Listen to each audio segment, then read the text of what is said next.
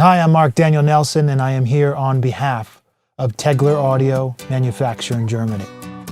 So I'm here today in beautiful Salt Lake City at LE Studios and Warner Chappell PM. I have a song here by the Painted Horses that Ken Calais and myself produced at Prairie Sun, and the song is called Spokane. And I have up the Schwerkraftmaschine, which is what I used on the two-bus. I'm a huge fan of two-bus compressors. As you can see, I have a couple of choices when I'm mixing a record. The other option is using in-the-box compression. And lately I've been trying to find some kind of compressor that does the enhancing, the big thing, not necessarily the tying down and the tugging. And I was lucky enough to come across this guy, and the first thing I put it in was actually this album. And it just enhanced it to the point where I was so excited that I kind of found a new color that instantly gave me a smile. I don't know how to explain it. What it's doing is, even with super light compression, it's bringing everything like a fly to the light. It's making everything kind of just come a little tighter, closer to the listener without it sounding too compressed, which I am not a huge fan of on the two-bus. So let's take a listen. For the settings I had, I'm just going to pull it up real quickly and see. I pull it up on my insert. And for the settings I had on this song, I had the Vari-Tube compressor. And let's just listen to it. I'm going to take it out for a second. And there's two types of bypasses I'm going to show you here. One of them is going to be the in and out of the button, which is the true bypass. The other one is going to be the insert out. So by doing that, I'm not going to hear the quality of the converter doing it. And it's going to be a little easier to see without fighting the converter. So let's take a listen with it out. So here it is without. Make a way to Spokane. I've still got some friends and things.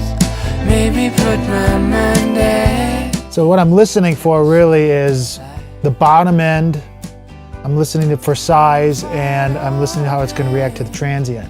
I'm only hitting the compressor maybe half dB, maybe a full dB at the hardest point, but I'm trying to achieve a size thing. So let's just take a listen in and out.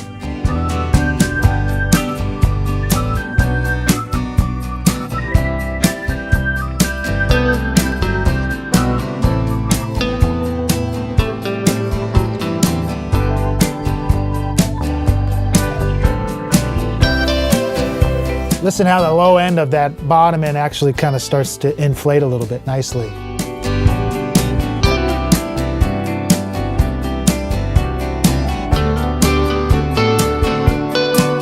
I'm going to actually hit it a little harder and see what it's doing. A letter to all the friends I used to know, and tell them how much I love them. It's true. Ground below and the sky. All right, let's listen to the insert in and out.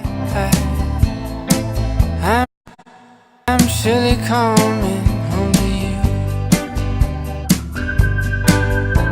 And take a chance on me. I can't promise much of anything but the road. Your friend right by you. So this is without. I've heard the autumn leaves rustling in the tree. This is with. For the night, there's no place left to hide. Make a way to Spokane. I've still got some friends and things. Maybe put my mind at living the slow life, with arms wide open. I could never lose again. Maybe I could learn to breathe, living the slow life.